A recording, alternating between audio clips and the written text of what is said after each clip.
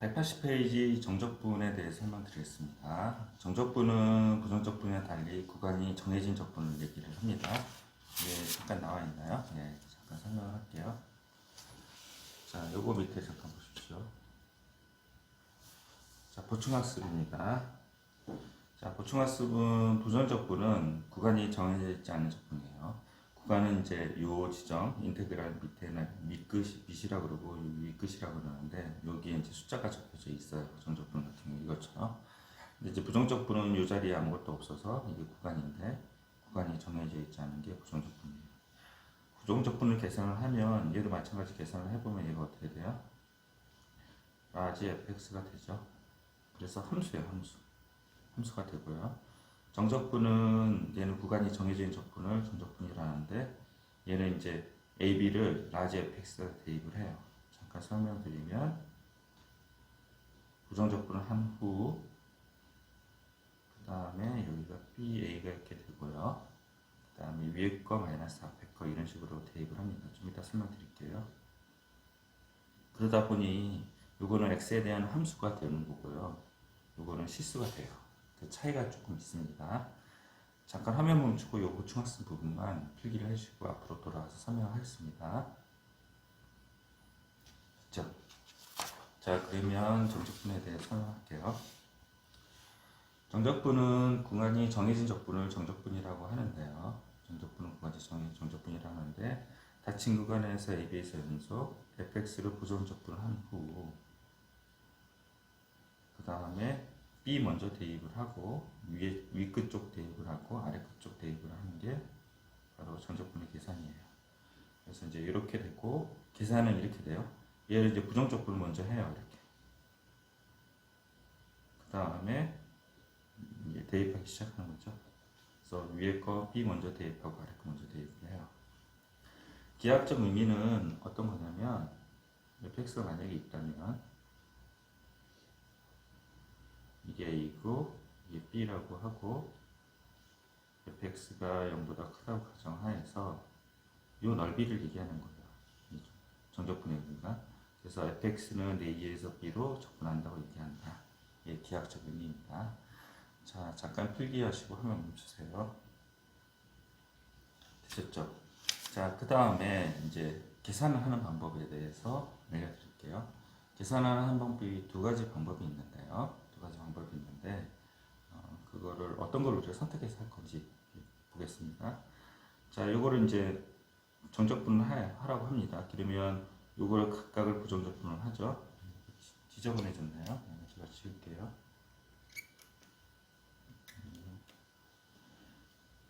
자, 여기 이제 부정적분을 하고 나서요. 그리고 기호를 이렇게 붙여요. 그리고 윗끝을 2라 쓰고 아래 끝을 1이라고 이렇게 써요. 그 다음에 이제 솔1이 있어요. 이렇게 대입하는 방식이.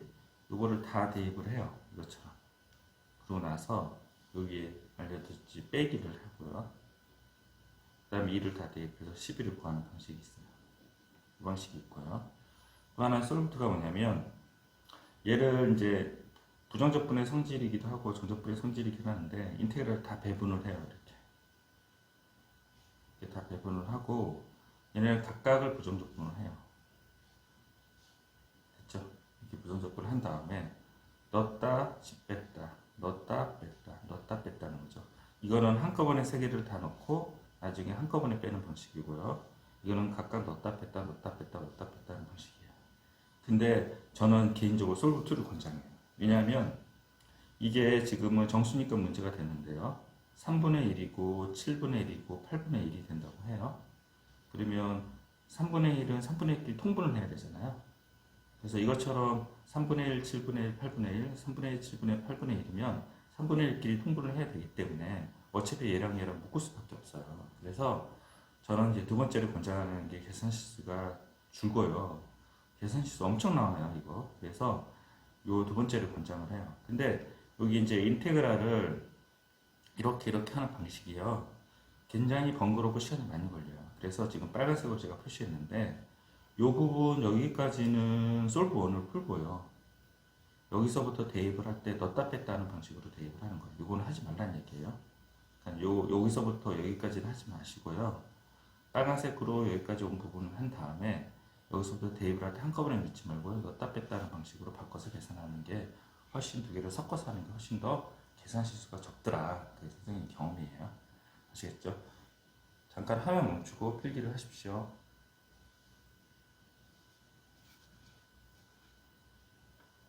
181페이지 설명하겠습니다. 정적분의 기본 정의.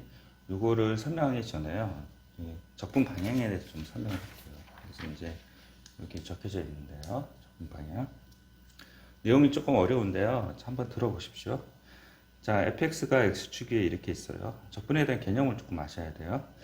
자, 뭐냐면 a에서 b까지 적분을 한다. 그러면 아까 좀 말씀드렸죠. 기하학적 의미라고요. a에서 b. 그래서 적분 방향은 이게 이제 a에서 b가 이제 이게 적분 방향이에요. 그래서 이제 이렇게 적분을 해요. 그래서 이 면적을 구하는 건데요. 이 과정에서 어떤 이런 직사각형을 더하는 과정이 사실은 있어요. 그래서 요거를 잠깐 설명드리면 이제 요 짜잘한 직사각형 하나 있잖아요. 이 직사각형을 아주 작게 해서 여러 개를 다 합쳐서 시그마 계산을 해서 하는 게 바로 구분구조법이라고 하는데요. 이게 적분의 넓이에요. 원리가 이 직사각형을 아주 얇게 여러 개를 다 더해요. 그게 바로 이거란 뜻이거든요. 그래서 요 밑변이 있고요. 직사각형에는 높이가 있어요. 나중에 미적분 가면 제가 설명드리겠는데 이거라 가시면 여기에 높이가 fxk예요. 근데 여기 x축이 요 밑에 있고 fx가 0보다 크기 때문에 여기가 양수고요. 요 밑변도 양수예요. 밑변이 어떻게 되냐면 뒤에 거 마이너스 앞에 거 b 마이너스 a의 n이에요. 그래서 b가 a보다 크기 때문에 얘가 0보다 커요. 그러니까 밑변 플러스 된 거랑 높이도 플러스죠. 그럼 넓이가 양수일 거 아니에요.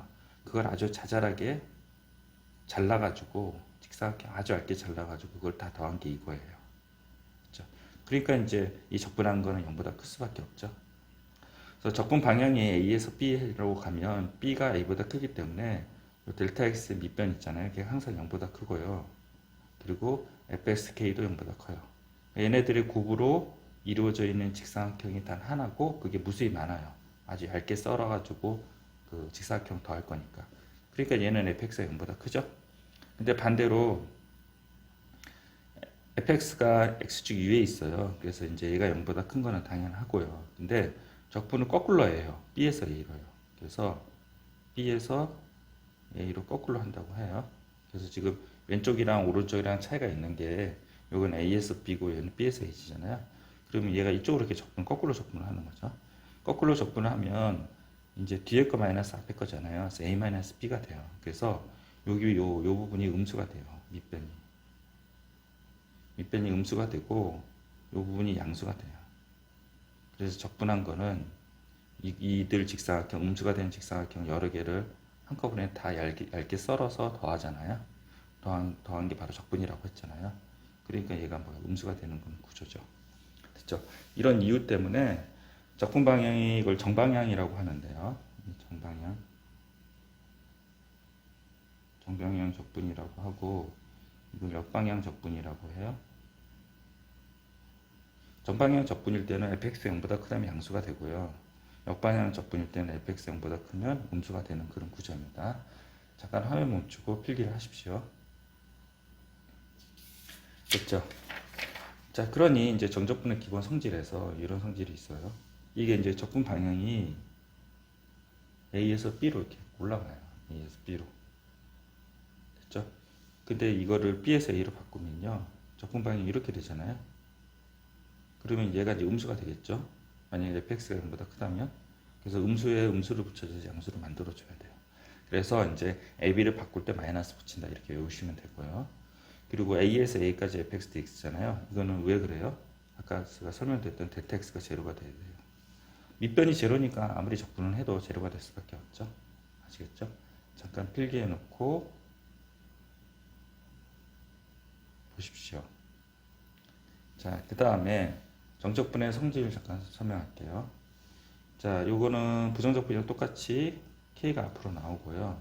그리고 A에서 B 적분하는 건 배분이 돼요. 근데 이제 여기서 중요한 걸 설명드릴게요. 우리가 배분이 된다는 걸 알고 있는데요. 거꾸로 갈 때가 더 중요해요. 거꾸로 갈 때는 윗끝 아래끝이 같아야 되고 fx랑 gx가 같냐 이렇게 물어보면 이건 동캐예요. 꼭 같아도 되고 같지 않아도 상관없어요. 배분의 경우에는 요 1번, 2번을 주의하셔야 돼요. 됐죠? 잠깐 화면 멈추고 필기를 하십시오. 됐죠? 그 다음에 이제 4번 정적분의 성질에 대해 설명드릴게요. 여기에 그림이 있네요. 자, 설명드리면 자, A에서 C, C에서 B로 적분한대요. 그래서 A에서 C, C에서 B로 적분을 한다고 합니다. 그러면 정적분 아니면 넓이를 0보다 크다고 가정을 하면 A에서 C까지가 A고 C에서 B까지가 B죠. 그리고 A에서 B는 이렇게 돼요. A에서 B. 그래서 이 공식을 쓰려면 앞에 방금 했던 공식이랑 좀 달리 이 대각선이 같아야 돼요. 1번이고요. 두 번째는요. 이 fx가 반드시 같아야 돼요. 이게 2번이에요. 그 상태에서 이 공식을 쓸 수 있어요. A에서 C, C에서 B인데 fx가 아니라 fx, gx면요. 안 되는 거예요.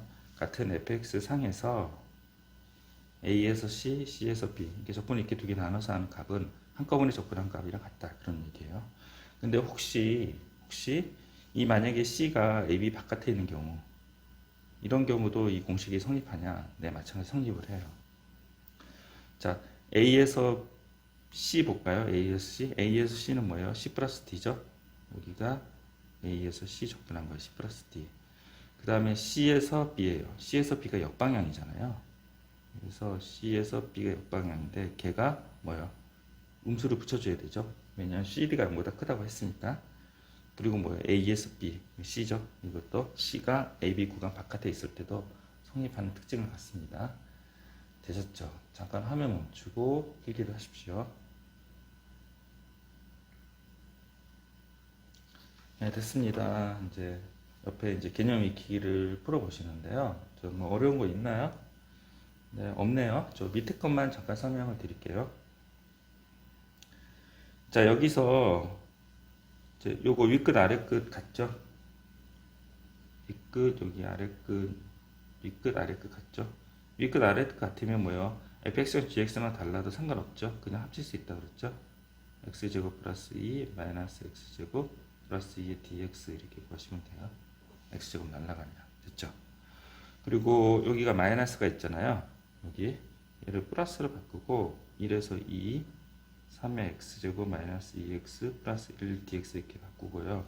네, 이거 되죠? 뭐가 돼요? 대각선이 같잖아요. 이렇게. 그리고 함수가 같죠?